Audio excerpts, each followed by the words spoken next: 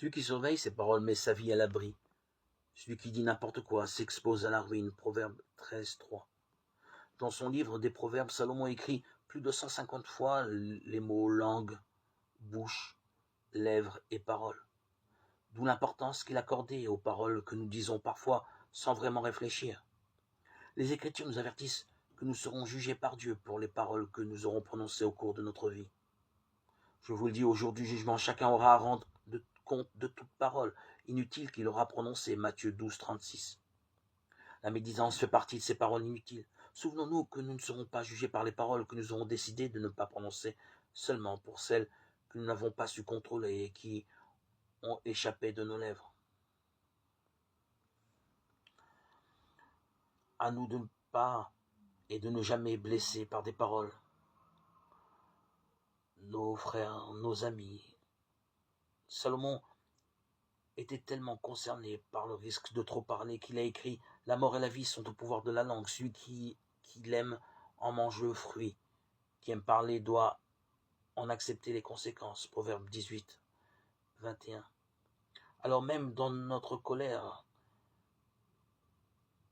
dans nos emportements, mettons un barrage à nos mauvaises paroles.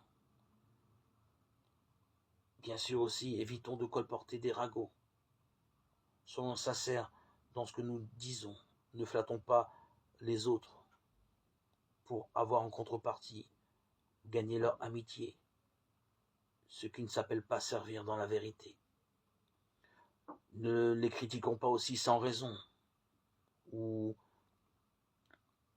les jugeons par de mauvaises paroles, les condamnons, car tout cela n'est pas chrétien.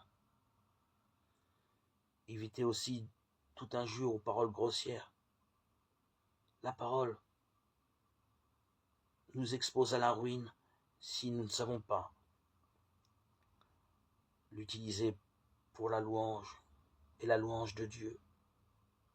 Réfléchissons avant de parler. N'oublions pas que plus nous parlons, plus nous risquons de dire ce que nous n'aurions pas dû dire. Et alors nous serons remplis de regrets. Apprenons à contrôler nos paroles. Car nous ne pouvons pas à la fois louer Dieu avec nos lèvres et de même maudire, insulter, condamner ou juger ou calomnier. Nous ne sommes pas dans la vérité, mais dans les mains de Satan.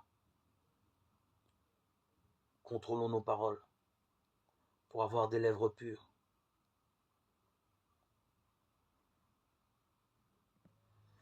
Dans le judaïsme, il est écrit, je me souviens, que Dieu, avant de nous entendre, surveille nos lèvres, car sur nos lèvres, tout est écrit. Que ce soit les paroles vaines que nous avons prononcées, les paroles moqueuses, calomnieuses, et les louanges à Dieu que nous avons fait, tout est marqué sur les lèvres. Veillons à ce que soit marqué sur nos lèvres que des paroles de gratitude, de remerciement, de louange à Dieu.